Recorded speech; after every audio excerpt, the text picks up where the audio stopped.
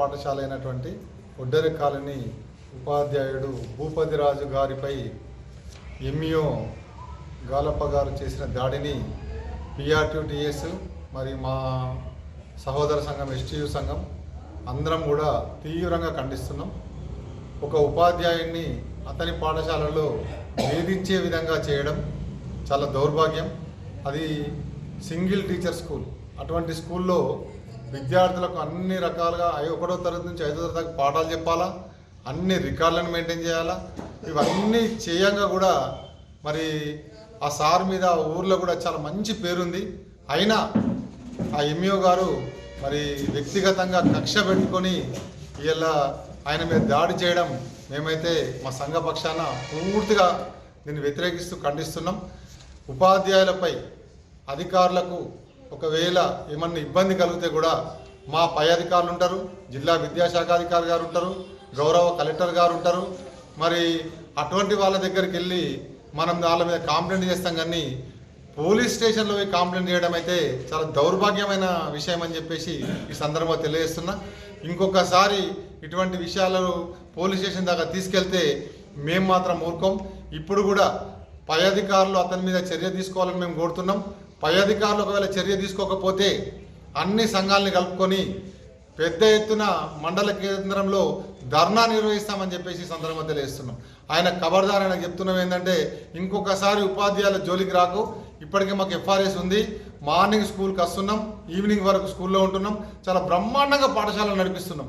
మరి ఇంత మంచి బ్రహ్మాండంగా పాఠశాలలు నడిపించినప్పుడు మా అధికారులు ఏం చేయాలా? మాకు తోడ్పాటు ఇవ్వాలా, మాకు ప్రోత్సాహం ఇవ్వాలా. కానీ ఇవల్ల ఇటువంటి చర్యలకు పూనుకొని మొత్తం విద్యా వ్యవస్థని పోలీస్ స్టేషన్ దగ్గరకు తీసుకుపోవడం అనేది చాలా దౌర్భాగ్యమైన పరిస్థితి అని ఈ సందర్భంగా తెలియజేస్తున్నా. మా సంఘ పరంగా మేము ఆయనకు ఒకటే చెప్తున్నాం, ఎంఈఓ గారికి నువ్వు నీతో చాలా కాకుండా నువ్వు జరిగిపో, ఇంకొకరికి మేము ఇప్పించుకుంటాం. కానీ ఇటువంటి ఉపాధ్యాయులపైన ఇటువంటి దాడిని మేము ఖచ్చితంగా తీవ్రంగా వ్యతిరేకిస్తాం.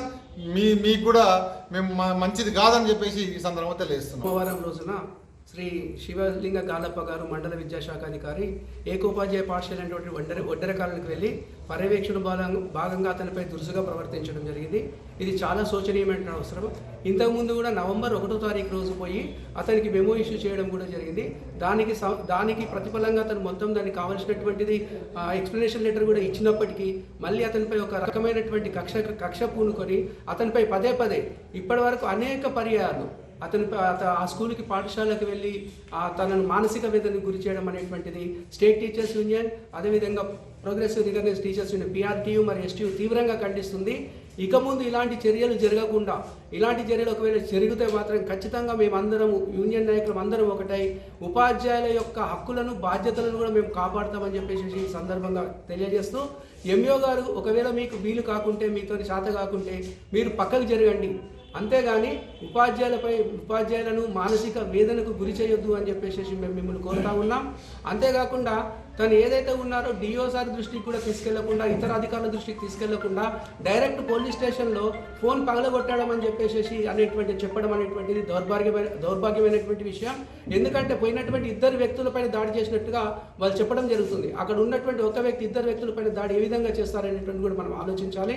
కాబట్టి ఫోను తనే పలగొట్టుకొని ఇతరులపై ఉపాధ్యాయులపై నెట్టడం అనేటువంటిది కూడా ఇది కరెక్ట్ కాదు అని చెప్పి చెప్తూ, ఇప్పటికైనా ఎంఈఓ గారు మీ ప్రవర్తన మార్చుకోండి. మీరు ఏదైతే ఉన్నో మీరు ఖచ్చితంగా మీకు వీలు కాకుండా మీరు జరిగిపోవాలి, లేదా మా అన్ని సంఘాల తరఫున త్వరలో పెద్ద ఎత్తున ఉద్యమం చేయడానికి కూడా మేము వెనుకాడబోమని చెప్పేసి ఈ సందర్భంగా తెలియజేస్తున్నాం.